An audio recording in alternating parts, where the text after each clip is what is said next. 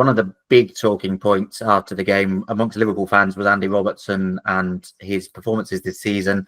Obviously, big mistake, red card. The first mistake was not controlling the ball, and then the second was compounded by a pretty rash challenge. It comes fairly soon after a couple of penalties he gave away for rash challenges, all of which just feel like he's maybe a yard or so off the pace. It doesn't help that the other left back that day has an absolute blinder, and Liverpool have been linked to him in the past.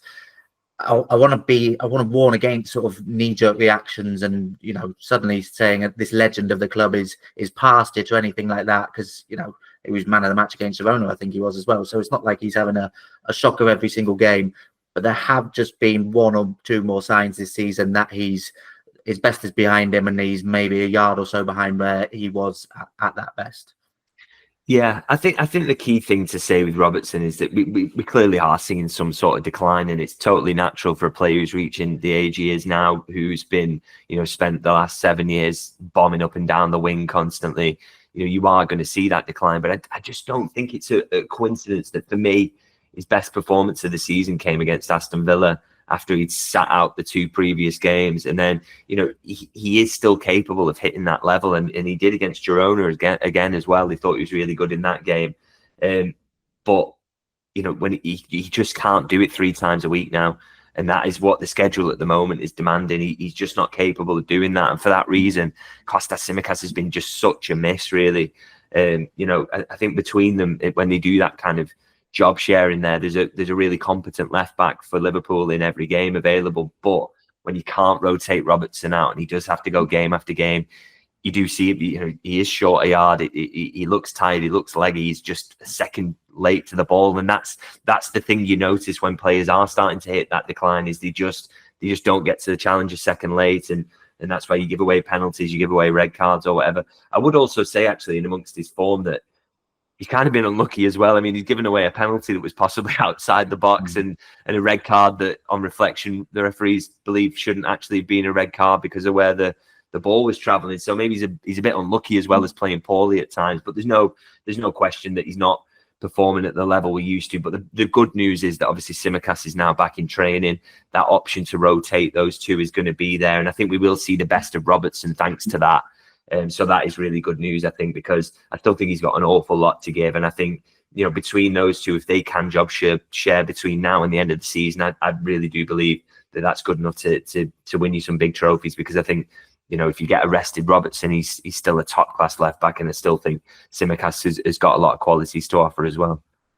Yeah, there's been some calls for something to happen in January and to expedite the process of bringing in a new left back. Doesn't seem to be likely unless someone becomes available that isn't currently. It looks like he'll become available. But a lot of the focus was on Robinson, the Fulham left back, at that, because he did have a great game. Could you see him being the ultimate replacement for Robertson?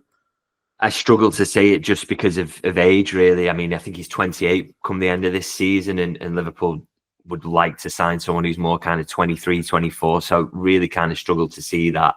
I wonder as well, on the topic of January, again, that's something I struggle to see as well, because I just think Liverpool will think that they can get through with what they have. And I tend to agree with them. I think, as I say, I think if you can rotate these two, it's good enough. You just suffer when one of them sustains an injury. So hopefully Liverpool can get a bit lucky with that. But it's clearly something that's going to have to be addressed in the summer. But I can't quite see it being Robertson because of the age thing. And I would also say, actually, I agree. I thought he was really good on Saturday. But also, first half an hour or so, and particularly even when the numbers were level in the first 15 minutes or so, Salah turned him inside out about 4 or 5 times. I think he was probably helped by the fact he was given a lot of that flank to run up and down. Because my first thoughts in the early stages of the game were, this is maybe the difference between Mohamed Salah's level and Saka's level, because I thought Robinson absolutely shut Saka down the other day when Arsenal played Fulham. He was having a lot of trouble with Salah up until the point at which Liverpool went down to 10 men. So I think he's very, very good, but I think Liverpool will be looking for someone who's a bit more balance of that defensive solidity and the attacking quality that he's got.